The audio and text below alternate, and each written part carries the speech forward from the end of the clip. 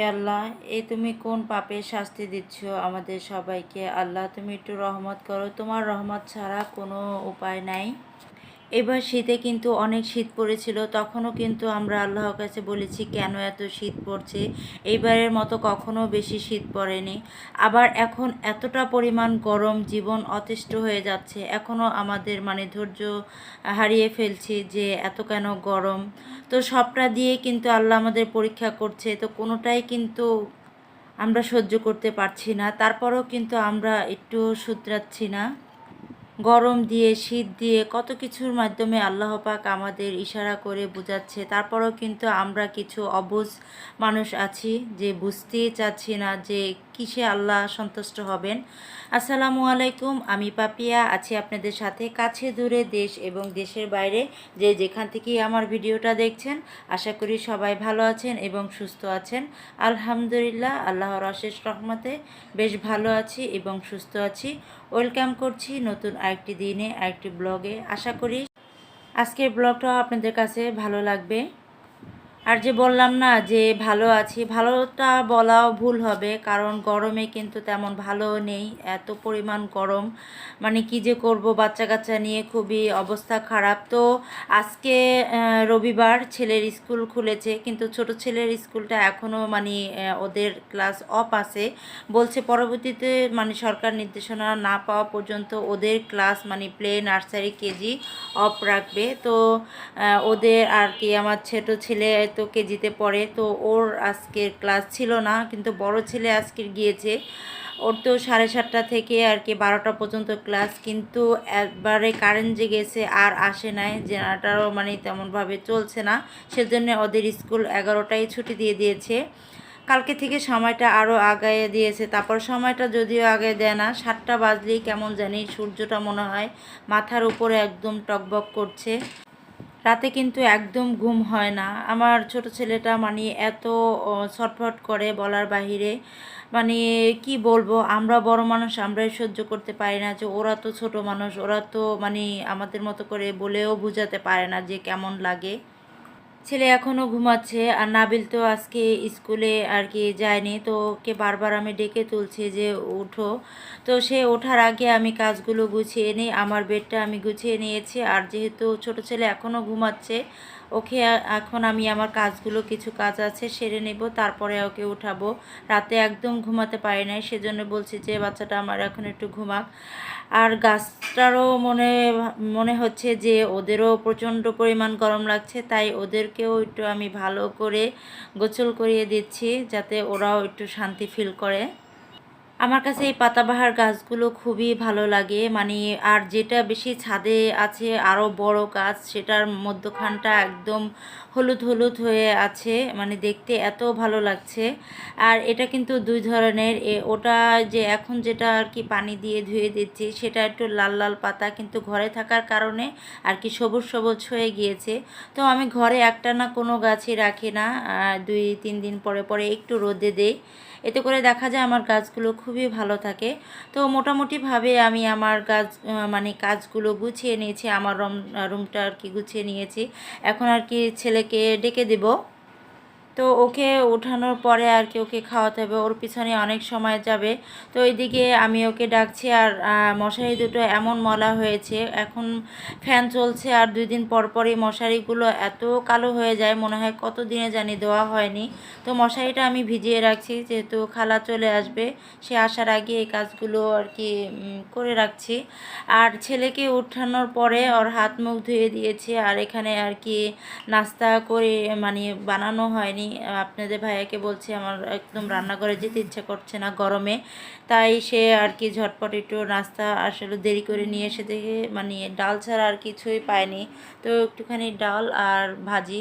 তো এই ডালটা দিয়ে কিন্তু নাস্তা খেতে খুবই ভালো লাগে, তো ডালটা দিয়ে আমি খাবো, আর নাবিলের জন্য একটু রেখে দেবো। আর ও একদম কিছু খেয়ে যায় না, এত সকালে খেতে চায় না। আর ছোট ছেলে চিনি দিয়ে খাবে, তো ও চিনি দিয়ে রুটিটা খেতে অনেক পছন্দ করে, তাই ওকে ছোট ছোট করে পিস করে আর কি ছিঁড়ে ওকে আমি খেতে দিয়ে এসেছি। তো ও এখন আর কি রুটিটা হাত দিয়ে খাবে, আর এদিকে আমার কাজগুলো আমি করে নিচ্ছি। আপনাদের ভাইয়াকে বলেছি যে আমি কচুর শাক খাবো।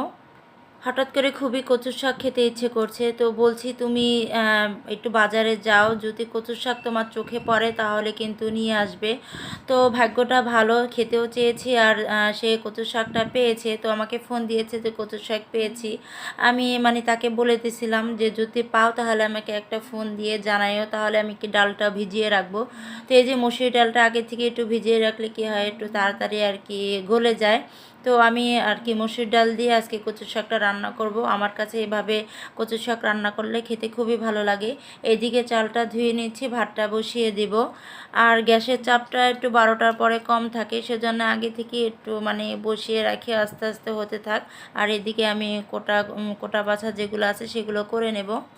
আমার আপু ভাইয়াদের একটি রিকোয়েস্ট করে নিচ্ছি, প্লিজ ভিডিওটি যদি ভালো লাগে একটি লাইক দিয়ে ভিডিওটি কন্টিনিউ করবেন। আর আমার চ্যানেলে যদি নতুন ভিজিট করে থাকেন, ভিডিওটি দেখার পরে কোথাও কোনো অংশ যদি আপনার কাছে একটু ভালো লাগে আর পরবর্তীতে দেখার ইচ্ছে থাকে, তাহলে আমার চ্যানেলটি সাবস্ক্রাইব করে আমার পাশেই থাকবেন, পাশে থাকা বেল আইকনটি বাজিয়ে দিবেন। আর এই কাজটা যদি আপনি আগে থেকেই করে থাকেন, আপনাকে অসংখ্য ধন্যবাদ। তো কচুর শাকগুলো এত ভালো হয়েছিল, একদম আমার মনের মতো হয়েছে। তো কচুর শাকগুলো এখন কেটে নিচ্ছি আর আমার প্রিয় আপুদের কিছু কমেন্ট পড়ে নিব। তো তো প্রথমেই কমেন্ট পড়ে নিচ্ছি, হাবিবা সুলতানা লিজা আইডি থেকে হাবিবা আপু কমেন্ট করেছেন, আসসালামু আলাইকুম আপু, অনেক অনেক ভালোবাসা দিয়ে শুরু করলাম, শেষ পর্যন্ত থাকবো ইনশাল্লাহ। ধন্যবাদ আপু। তারপরে কমেন্ট পড়ে নিচ্ছি, সুখী লাইফস্টাইল থেকে সুখী আপু কমেন্ট করেছেন, লাইক দিয়ে দেখা শুরু করলাম, ইনশাআল্লাহ পুরোটা জুড়েই থাকবো। আমিও চাই যে আপু আমার ভিডিওর শেষ থেকে মানে শুরু থেকে শেষ পর্যন্তই থাকো। তো সুখী আপু তোমাকে অনেক অনেক ধন্যবাদ জানাচ্ছি। তারপরে কমেন্ট পড়ে নিচ্ছি, সাদিয়া ব্লগ লন্ডন থেকে। সাদিয়া আপু কমেন্ট করেছেন, পছন্দের মানুষের জন্য খাবার বানাতে আমারও খুব ভালো লাগে। ঠিক বলেছে আপু, পছন্দের মানুষের জন্য তাদের পছন্দ কোনো খাবার বানাতে আমার কাছেও কিন্তু খুব ভালো লাগে। যখন তারা খেয়ে মানে তৃপ্তি পায়, বলে যে খাবারটা খুবই ভালো লাগছে, তখন কিন্তু আরও বেশি ভালো লাগে। তো এখন কমেন্ট পড়ে নিচ্ছি, এমএন ব্লগ থেকে নাসরিন আপু আর কি কমেন্ট করেছেন, মজাদার খাবার আইটেমগুলো খুব ভালো লাগলো আপু, ধন্যবাদ আপু। নিশাত ইসলাম আইডি থেকে নিশাত আপু কমেন্ট করেছে, আপু ডিপ ফ্রিজের উপরে ফুলগুলো কত নিয়েছে। তো আপুকে আমি রিপ্লাই দিয়েছি, তো সে দেখছে কিনা জানি না, তো আমি এখন আবার বলে দিচ্ছি, আপু ডিপ ফ্রিজের উপরে যে ফুলগুলো দেখছো ওগুলোর প্রাইস 500 টাকা নিয়েছে। ওই জায়গায় দুইটা স্টিক আর কি, একটা স্টিকের প্রাইস পড়েছে 250 টাকা করে, তো দুইটা স্টিক যেহেতু 500 টাকা নিয়েছে দুইটা। নিশাত আপু, আজকের ভিডিওটা যদি তুমি দেখে থাকো তাহলে তুমি যেটার প্রাইস জানতে চেয়েছিলে সেটা আজ জেনেছো। তো যদি জেনে থাকো তাহলে অবশ্যই আমাকে ছোট্ট একটি কমেন্টের মাধ্যমে জানাবে। তো এইদিকে কিন্তু আমি কচু শাকটা কেটে ভালো করে ধুয়ে নিয়েছি, আর ওই যে প্রথমেই আর কি ডালগুলো দিয়ে উপরে কচু শাক আর কাঁচামরিচ লবণ সব কিছু দিয়ে আমি এখন আর কি ঢাকনা দিয়ে ঢেকে দিব। আর যখন এটা একদম মানে অল্প হয়ে যাবে, তখন আমি আর কি একটা চামচের সাহায্যে এটা আর কি একদম গলা গলা করে নিব। তো কচু শাকটা কিন্তু আমি এভাবেই রান্না করে খেয়ে থাকি। আপনারা যদি এভাবে কখনো না খেয়ে থাকেন, একবার হলেও ট্রাই করে দেখবেন যে এভাবে কচু শাক রান্না করে খেতে কতটা ভালো লাগে। তো এই যে দেখতে পাচ্ছেন যে একদম অল্প একটু হয়ে গেছে, কচু শাকটা কিন্তু বেশ ভালো ছিল। আর এখন আমি এই যে কাঠিটার সাহায্যে একদম মানে ভর্তা ভর্তা করে নিয়ে তারপরে আর কি তোলে বাগার দিয়ে নিব। বিডি ব্লগ নুসরাত নীলা আইডি থেকে নুসরাত আপু কমেন্ট করেছেন যে লাইক দিয়ে শুরু করলাম আপু, লাউ দিয়ে ডাল আর ডিম দিয়ে আলু তরকারি রান্না খুব সুন্দর হয়েছে। অসম্ভব গরমে সবাই অসুস্থ হয়ে পড়ছে, আল্লাহ সবাইকে শান্তি দান করুক, আমিন আপু। আমরাও এই দোয়া করি জানি আল্লাহ পাক সবাইকে শান্তি দান করুক। আসলে কমেন্ট পড়লে ভিডিও রিলেটিভ কোনো কথাই বলা হয় না। তো ওই যে চিংড়ি মাছ দেখলেন, আমি চিংড়ি মাছ নিয়ে এসেছিলো, তো চিংড়ি মাছের ভিতরে যে লম্বা লম্বা যে মাছগুলো ছিল ওটাকে বাতাসি মাছ বলে, তো ওই মাছটা আমি আলাদা করে নিয়েছি আর অফ ক্যামেরায় সেটা কেটে নিয়েছি। আর এই মাছটা কিন্তু আপনাদের ভাইয়ের অনেক পছন্দ, তো তার জন্য আমি তাজাই আর কি ভুনা করে দেব। আর চিংড়ি মাছগুলো কেটে এরকম আইস বক্সে আমি রেখে দেই, যখন আর কি আমার যে কটা প্রয়োজন হয় ওই কটা দিয়ে আমি রান্না করে নেই। তো আপনারাও কিন্তু এভাবে রাখতে পারেন, এটাও একটা টিপস। আর একসাথে যদি চিংড়ি মাছগুলো কেটে রাখা যায় তাহলে কিন্তু নামালে কিন্তু সবগুলো নামাতে হয়, আর এতে করে দেখা যায় চিংড়ি মাছগুলো বেশিক্ষণ নামিয়ে রাখলে আর কি লাল হয়ে যায়। আর এভাবে যদি রাখি তাহলে কিন্তু চিংড়ি মাছটা লাল হয় না। আমার 1 পিস 2 পিস যাই দরকার হোক না কেন আইস বক্স থেকে নামিয়ে এভাবে কিন্তু ঝটপট আর কি রান্না করে নেওয়া যায়। তো এদিকে দেখছেন আমি আর কি বাগার দিয়ে নিয়েছি। তো তেল, অনেকে তেলানি বলে, যে যেটাই বলেন না কেন। তো আর কি কচু শাকটাও এভাবে তেলানি দিয়ে নিয়েছি, আর আমি ডালটাও এখন আর কি বাগার দিয়ে নিয়েছি। আমাদের জেলায় কিন্তু আর কি বাগারই বলি, আমি সেটাই বলছি। তো এখন আমি মাছটা ভুনা করে নিচ্ছি। তো এই বাতাসি মাছটা ভুনা আপনাদের ভাইয়া কিন্তু অনেক পছন্দ করে, বিশেষ করে যখন কোনো তাজা মাছ নিয়ে আসে সাথে সাথে যদি তাকে রান্না করে দিতে হয় তখন সে বেশি খুশি হয়। তো ফ্রিজে রাখা মাছটা কিন্তু সে অত একটা পছন্দ করে না, তাই ভাবলাম যেহেতু আসলো যে তার পছন্দটা একটু মাথায় রেখে মাছগুলো আর কি ভুনা করে দিচ্ছি। আমি আবার এই মাছটা তেমন পছন্দ করি না। আমার তো আজ কচু শাক দিয়ে মানে অনেক খুশি, কচু শাক দিয়ে আমার হয়ে যাবে, আর কিছু লাগবে না। আর কচু শাক দিয়ে কিন্তু পাতলা ডালটা খেতে কিন্তু খুবই ভালো লাগে, সেজন্য আমি একটু আর কি মসুরি ডাল রান্না করে নিলাম।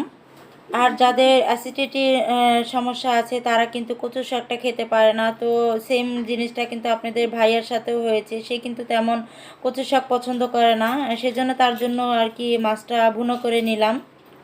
তো কথা বলতে বলতে কিন্তু অনেক কথাই বলে নিয়েছি। তো কথা ও কাজে যদি কোনো ভুল ত্রুটি হয় প্লিজ ক্ষমা সুন্দর দৃষ্টিতে দেখবেন। তো এদিকে কিন্তু আমি গোসল করে নিয়েছি, আর যে খালা যে কাপড় চোপড় আর কি ধুয়ে রেখেছে, মশারিটাও ধুয়ে রেখেছে, সেগুলো এখন আর কি বেলকনিতেই দিয়ে দিচ্ছি। এখন আর রোদ্রে ছাদে যাব কি, যে পরিমাণ রোদ্রের তাপ, বেলকনিতে দিলেই সব কিছু শুকিয়ে যাবে। আর সব শেষে আর কি টেবিলে খাবারটা পরিবেশন করে নিচ্ছি। তো একদম ভিডিওর শেষ পর্যায়ে চলে এসেছি। সবার সুস্বাস্থ্য কামনা করে নেক্সট ভিডিও দেখার আমন্ত্রণ জানিয়ে আজ এখানেই বিদায় নিচ্ছি। আল্লাহ হাফেজ, আসসালামু আলাইকুম।